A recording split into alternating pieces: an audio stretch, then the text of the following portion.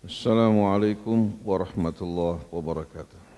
Bismillahirrahmanirrahim. Innal hamdalillah nahmaduhu wa nasta'inuhu wa nastaghfiruh. Wa na'udzu billahi min syururi anfusina wa min sayyiati a'malina. Man yahdihillahu fala mudilla lahu wa man yudlil فلا هادي له وأشهد أن لا إله إلا الله وحده لا شريك له وأشهد أن محمدا عبده ورسوله أرسله بالهدى ودين الحق ليظهره على الدين كله وكفى بالله شهيدا إن الله وملائكته يصلون على النبي يا أيها الذين آمنوا صلوا عليه وسلموا تسليما اللهم صل وسلم وبارك على عبدك ورسولك الذي ابتعثته رحمة للعالمين بشيرا ونذيرا فبلغ رسالتك وأدى أمانتك ونصح عبادك وتركنا جميعا على المحجة البيضاء ليلها كنهارها لا يزيغ عنها إلا هالك صلوات ربي وسلامه عليه وعلى آله وصحبه والتابعين لهم بإحسان إلى يوم الدين عباد الله أوصيكم ونفسي بتقوى الله وطاعته لعلكم تفلحون يقول الله تبارك وتعالى في محكم تنزيله يا أيها الذين آمنوا اتقوا الله ولتنظر نفس ما قدمت لغد واتقوا الله إن الله خبير بما تعملون ولا تكونوا كالذين نسوا الله فأنساهم أنفسهم أولئك هم الفاسقون. Amma ba'du, para jamaah hadirin jamaah Jumat Masjid Silaturahim yang dirahmati Allah Subhanahu wa taala. Di dalam Al-Qur'an berulang kali Allah Subhanahu wa taala menghimbau, memanggil, memberikan bimbingan kepada orang-orang yang beriman dengan panggilan yang amat hangat dan mesra. Dengan panggilan ya ayyuhalladzina amanu, wahai orang-orang yang beriman. Panggilan yang khusus Allah tujukan kepada orang yang beriman. Di sana Allah mengarahkan mereka, mengingatkan mereka untuk menjauhi hal-hal yang dapat merusak keimanan mereka. Tapi sayang, sungguh sayang, kebanyakan kita tidak sempat untuk merenungkan seruan dan panggilan Allah Subhanahu wa taala yang diawali dengan ya ayyuhalladzina amanu. Apabila kita fokus memperhatikan bimbingan dan petunjuk Allah Subhanahu wa taala, niscaya Allah akan mengantarkan kita menuju kesuksesan, kejayaan, kemuliaan dalam kehidupan dunia maupun dalam kehidupan akhirat. Dan Allah akan menjauhkan kita dari berbagai macam lubang-lubang, jurang-jurang yang akan menjerumuskan kita semuanya. Kita disibukkan dengan perdebatan, pertentangan yang tidak berguna.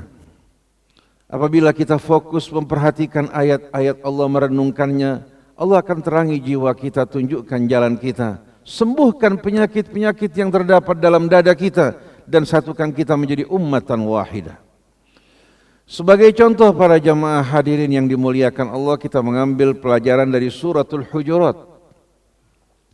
Allah Subhanahu wa taala memanggil hamba-hambanya yang beriman, ya ayyuhalladzina amanu la tuqaddimu baina yadayillahi wa rasulih wattaqullaha innallaha sami'un alim. Wahai orang-orang yang beriman, janganlah sekali-kali kalian melangkah mendahului Allah dan Rasulnya. Bertakwalah kalian kepada Allah, sungguh Allah Subhanahu wa taala Maha mendengar lagi Maha mengetahui. Kita sebagai makhluk yang diciptakan Allah, yang ditempatkan di muka bumi sebagai khalifahnya, Allah berikan kita akal, Allah Subhanahu wa ta'ala turunkan kitabnya, utus rasulnya, bukan dalam rangka bermain-main. Tapi Allah Subhanahu wa ta'ala ingatkan kita, kehidupan kita di dunia ini akan menentukan nasib kita di hari akhir nanti. Apabila kita lulus sukses dengan mengikuti bimbingan petunjuk Allah Subhanahu wa ta'ala, maka keselamatan dan kebahagiaan yang kita akan raih. Tapi begitu kita berpaling dari Allah, keluar dari jalannya, maka yang akan terjadi wal'iyadzubillah, kita akan dikumpulkan bersama syaitan dalam jurang penderitaan tiada akhir. Maka jalan satu-satunya bagi kita semua untuk meraih keselamatan ini, selalu hadirin sekalian, kita mendahului Allah dan Rasulnya. Sebelum kita berbicara, sebelum kita berbuat, sebelum kita bertindak, dalam seluruh aspek kehidupan kita, seharusnya kita bertanya apakah Allah ridha dengan perbuatan kita ataukah sebaliknya. Apabila kita melangkah dengan mengikuti bimbingan dan petunjuk Allah, Allah janjikan bagi kita keselamatan di dunia, kemuliaan, kejayaan, dan keselamatan di hari akhir nanti. Wahai orang-orang yang beriman, jangan sekali-kali kalian melangkah mendahului Allah dan Rasul-Nya. Bertakwalah kalian kepada Allah, sungguh Allah Maha mendengar, Maha mengetahui apa-apa yang kalian ucapkan, yang kalian perbuat. Apabila setiap orang dari kita, apapun jabatannya, profesinya, hingga sebagai seorang pemimpin yang dipilih dan dipercayakan oleh rakyat, betul-betul tidak melangkah, tidak bertindak, tidak berbuat, melainkan sesuai dengan keridhaan Allah, niscaya hadirin sekalian, janji yang Allah janjikan Allah akan penuhi bagi kita. Tapi sayang, kita hidup di dunia ini seolah-olah tidak ada Allah, seolah-olah tidak ada Rasulnya, seolah-olah tidak ada kitabnya, seolah-olah kita bukan merupakan khalifahnya di atas muka bumi ini. Maka apa yang akan kita terima di hari akhir sesuai dengan apa yang kita perbuat dalam kehidupan dunia ini. Lalu selanjutnya hadirin sekalian, bagaimana Allah mengajarkan kita beradab di hadapan nabinya. Ya ayyuhalladzina amanu la tarfa'u aswatakum fawqa sawtin nabi wa la tajharu lahu bil qawli ka jahri ba'dikum li ba'din an tahbata a'malukum wa antum la tash'urun. Wahai orang-orang yang beriman, janganlah sekali kalian mengangkat suara kalian di atas suara Nabi. Orang beranggapan bahwa ayat ini hanya berlaku pada masa hidup Nabi kita Muhammad sallallahu alaihi wasallam. Padahal ini merupakan adab di hadapan Nabi, baik bagi para sahabat Nabi maupun bagi kita semua, agar kita hari sekalian tidak mengangkat suara kita tinggi atau lebih tinggi dari suara Rasulnya. Seharusnya kita mendengar apa yang beliau sampaikan dari ayat-ayat Allah yang terdapat dalam kitab suci kita pada saat ini yang tidak meragukan. Begitu juga bimbingan dan tuntunan Rasulnya yang mengajak kita berpegang pada tali Allah, bersatu dalam agama Allah Subhanahu wa ta'ala. Wala tajharu lahu bil qawli ka jahri ba'dikum li ba'din an tahbata a'malukum wa antum la tash'urun. Jangan pula kalian berbicara dengan suara keras, ya. Wala tajharu lahu bil qawli, sebagaimana kalian berbicara terhadap sesama kalian, beradab di hadapan Rasulullah sallallahu alaihi wasallam. Walaupun beliau telah wafat kembali ke sisi Allah Subhanahu wa taala, tapi kita hari ini sekalian tetap merasakan kehadiran beliau sebagai Rasul dengan risalah yang beliau bawa untuk kita semua. Seharusnya kita nata'addab amama Rasulullah sallallahu alaihi wasallam, hingga hidup kita tidak menjadi liar dan brutal, tapi selalu hari ini sekalian kita mendengarkan Allah dan Rasulnya dalam seluruh tindak tanduk dan gerak-gerik kita. Antahbata a'malukum wa antum la tash'urun. Bila kalian melakukan hal tersebut, mengangkat suara kalian lebih tinggi dari Rasul, kita jumpai pada saat ini bukan hanya masyarakat awam, bahkan banyak ulama-ulama yang tidak menghiraukan Rasul pada apa yang mereka sampaikan. Sedangkan Rasul menyampaikan risalah Allah dengan penuh amanat, menyampaikan pesan-pesan Allah, tidak menambahkan sesuatu, tidak mengurangi sesuatu. Tapi kita jumpai bagaimana orang-orang yang diberikan ilmu oleh Allah Subhanahu wa ta'ala, ternyata mereka berkhianat terhadap amanat Allah. Mereka hadirin sekalian bukan lagi menyampaikan ayat-ayat Allah dengan benar, tapi mereka menempatkan ayat-ayat Allah bukan pada tempatnya, menyelewengkan penafsirannya karena mengharapkan keridhaan manusia atau kesenangan hadirin sekalian orang-orang tertentu. Padahal Allah berfirman, ya ayyuhalladzina amanu la takhunullah war rasul wa takhunu amanatikum wa antum ta'lamun. Wahai orang-orang yang beriman, jangan kalian berkhianat terhadap Allah, mengkhianati Rasulnya. Bertakwalah kalian kepada Allah, padahal kalian tahu semua ini merupakan perbuatan yang amat dimurkai Allah.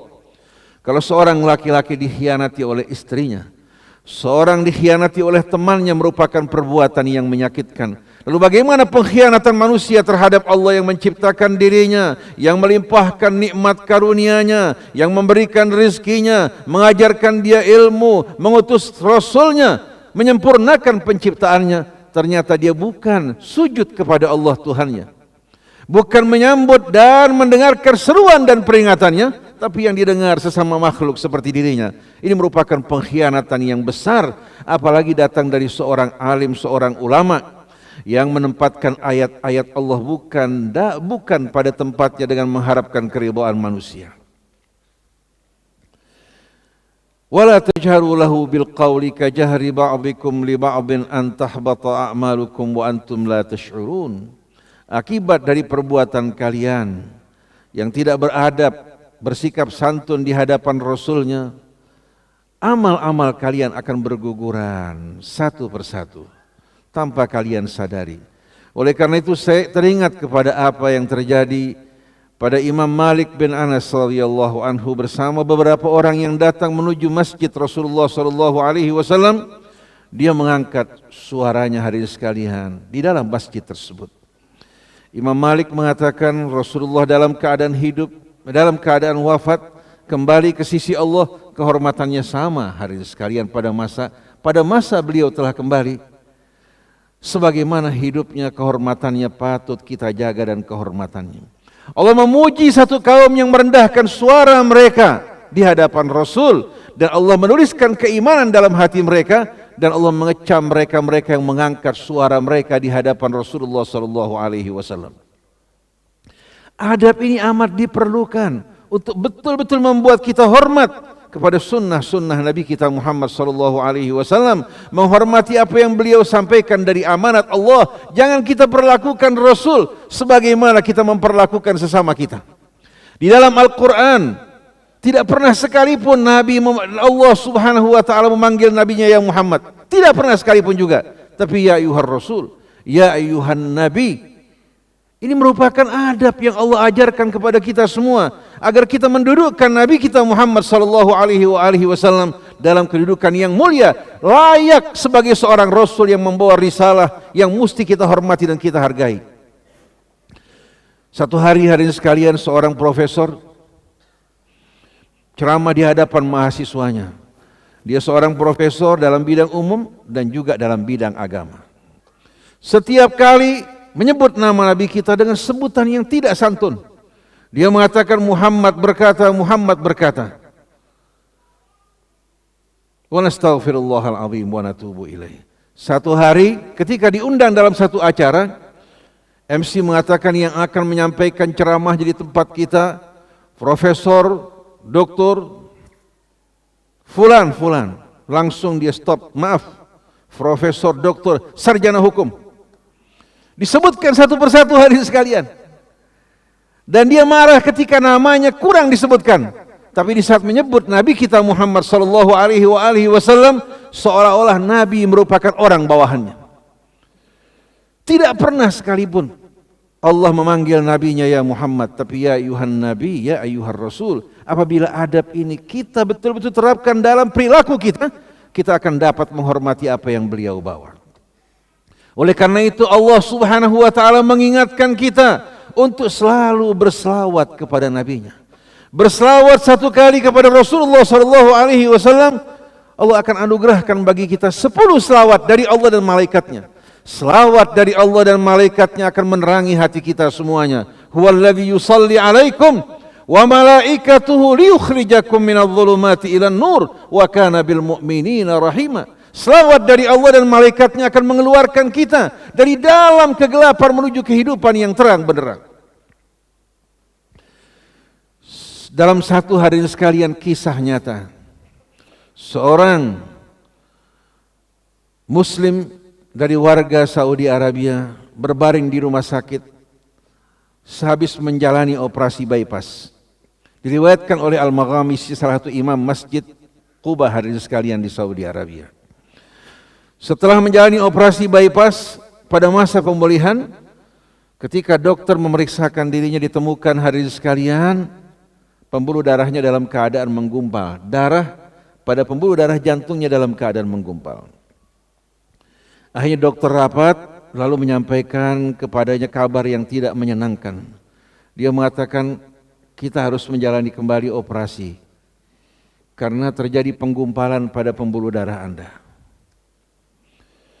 Orang tersebut baru selesai dari operasi berjam-jam, harus menjalani operasi kembali. Bisa dibayangkan bagaimana perasaannya hadirin sekalian. Dalam keadaan sedih berduka, datang seorang perawat mumarridah, kebetulan berasal dari Mesir. Ini true story, bukan sebuah hadirin sekalian rekayasa. Dari imam masjid Quba yang bernama Al-Maghamisi. Lalu hadirin sekalian, perawat ini mengatakan, sholli ala nabi, berselawatlah kepada Rasulullah sallallahu alaihi wasallam. Jangan kamu bersedih. Sholli ala nabi tufraj. Allah kasih subhanallah dengan husnudzan orang ini berselawat kepada Nabi kita Muhammad sallallahu alaihi wasallam. Dia selama ini lupa kepada Rasulullah sallallahu alaihi wasallam. Yusabbihullah wa yadhkurullah walakinnahu yansa atau nasiya Rasulullah sallallahu alaihi wasallam wa lam yusalli alaihi. Dia bertasbih, dia berzikir, membaca Al-Qur'an, tapi lupa kepada Rasulnya sallallahu alaihi wasallam. Begitu dia berselawat dengan penuh rasa husnudzan, subhanallah, hingga datang pemeriksaan berikutnya. Sewaktu menjalani pemeriksaan berikutnya, selesai pemeriksaan, para dokter mengatakan, alhamdulillah, ternyata darah lancar berjalan pada pembuluh darahmu. Ini merupakan hal yang nyata di hadapan kita semua. Pada saat kita mendengarkan nama Nabi disebutkan, seharusnya kita berselawat untuk beliau. Seharusnya kita mengatakan Allahumma sholli ala Muhammad wa ali Muhammad paling sedikit. Begitu juga apabila disebutkan innallaha wa malaikatahu yusalluna 'alan nabi ya ayyuhalladzina amanu sallu 'alaihi wa sallimu taslima. Seharusnya kita berselawat kepada Rasulullah sallallahu alaihi wasallam. Para jamaah hadirin jamaah Jumat yang dirahmati Allah. Sekian banyak ayat yang dimulai dengan ya ayyuhalladzina amanu. Saya lanjutkan satu ayat berikutnya dalam suratul Hujurat.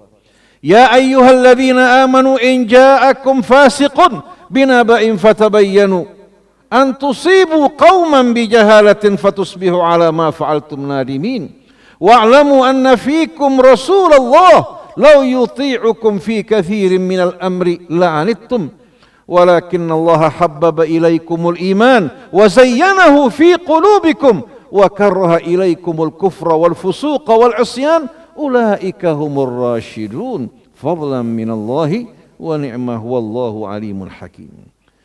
Wahai orang-orang yang beriman, apabila seseorang membawa berita kepada kita, orang tersebut seorang yang fasik, seharusnya jangan kita langsung terima, tapi cek, klarifikasi terlebih dahulu.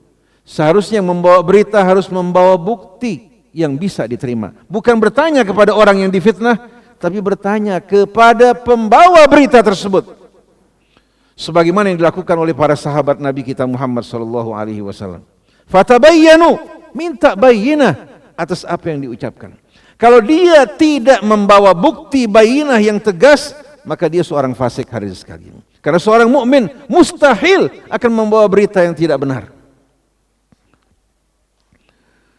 Fatabayyanu. Ini penting sekali untuk kita amalkan di tengah-tengah kaum muslimin agar tidak mudah kita saling bercuriga, menerima berita yang tidak benar. Kalau hal ini dibiarkan, maka keutuhan masyarakat, ketentraman mereka, kepercayaan mereka akan hilang. Ini yang terjadi di tengah-tengah umat Islam. Dengan mudah kita mendengar berita dari saudara kita tanpa kita lihat dengan nyata, ataupun kita mendengarkan bukti-bukti yang nyata. Kalau hal ini terjadi hadirin sekalian, maka akan terjadi fitnah yang besar. Sekarang saudara kita yang difitnah, besok hari kita yang akan terkena fitnah tersebut. Dan ingat, ketahuilah bahwasannya Rasulullah SAW di tengah-tengah kalian. Kalau Rasulullah harus mengikuti apa yang kalian inginkan, niscaya kalian akan binasa. Tapi Allah Subhanahu wa taala membuat kalian mencintai keimanan, ketakwaan pada Allah, membuat kalian membenci perbuatan-perbuatan yang fasik dan hina. Dengan rahmat Allah, Allah Subhanahu wa taala membuat kalian mencintai keimanan, mencintai hal-hal yang mulia, membenci perbuatan-perbuatan yang fasik. Seharusnya kita ikuti petunjuk Allah Subhanahu wa taala dan Rasulnya. Ayat ini berkaitan dengan seorang yang diutus oleh Nabi kita Muhammad sallallahu alaihi wasallam untuk mengumpulkan zakat.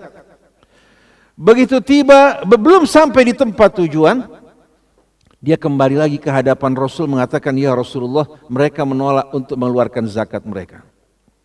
Karena apa? Karena orang ini punya kebencian dengan kaum tersebut. Sebahagian sahabat mengatakan, ya Rasulullah, perangi mereka. Rasul tidak mendengarkan mereka. Periksa terlebih dahulu. Dia kirimkan beberapa orang di luar tempat kediaman mereka untuk mendengarkan apakah terdengar suara adzan.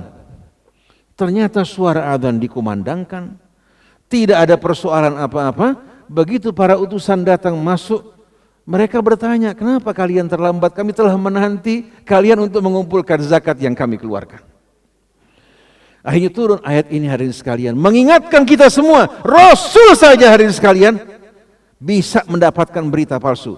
Sedangkan yang menyampaikan berita tersebut orang yang dianggap sebagai sahabat Rasul. Coba bayangkan. Apalagi saat ini hadirin sekalian. Masa dengan gampang kita mendengarkan berita dari seseorang walaupun dia seorang ulama. Kalau dia membawa berita tanpa bukti, tanpa dasar, atau kita saksikan dengan mata kita, jangan kita terima. Demi keutuhan sesama kita satu dengan lainnya dan menumbuhkan kecintaan di antara sesama kita. Barakallahu li wa lakum fil Qur'anil azim wa nafa'ani bima fihi minal ayati wa dzikril hakim.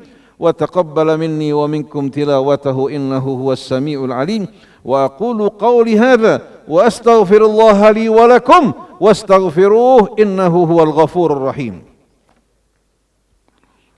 وتوب علينا وللمؤمنين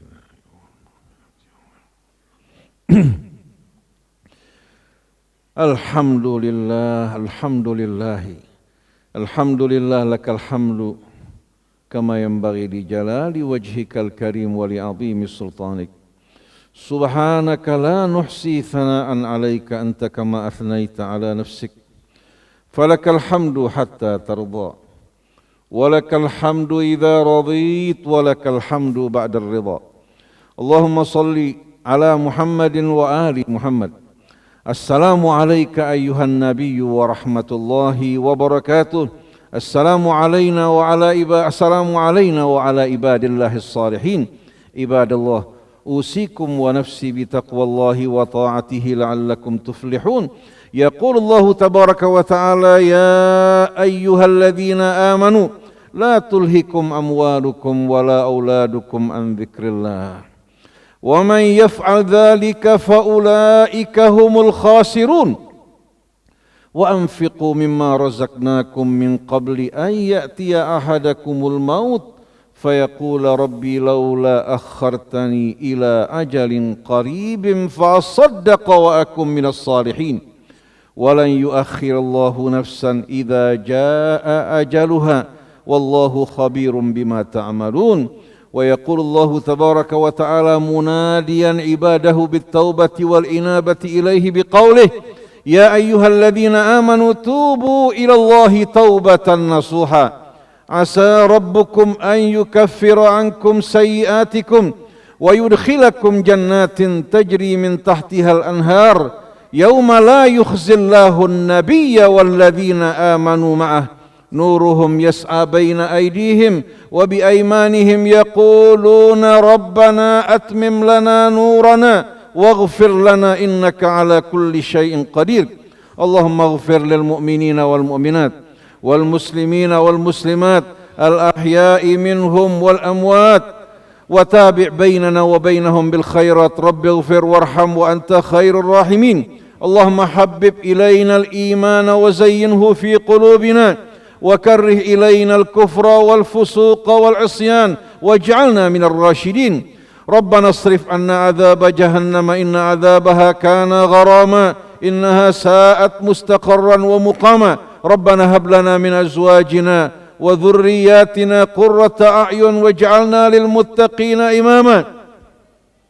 اللهم اجعلنا من جندك فإن جندك هم الغالبون واجعلنا من حزبك فإن حزبك هم المفلحون واجعلنا من أوليائك فإن أولياءك لا خوف عليهم ولا هم يحزنون. اللهم أنت ولينا في الدنيا والآخرة توفنا مسلمين وألحقنا بالصالحين واحشرنا في زمرة نبيك محمد وأهل بيته الطيبين وصحابته الغر الميامين والتابعين لهم بإحسان إلى يوم الدين بفضل سبحان ربك رب العزة أما يصفون وسلام على المرسلين والحمد لله رب العالمين. عباد الله إن الله يأمر بالعدل والإحسان وإيتاء ذي القربى وينهى عن الفحشاء والمنكر والبغي يعظكم لعلكم تذكرون. فاذكروا الله العظيم يذكركم ولذكر الله أكبر وأقم الصلاة.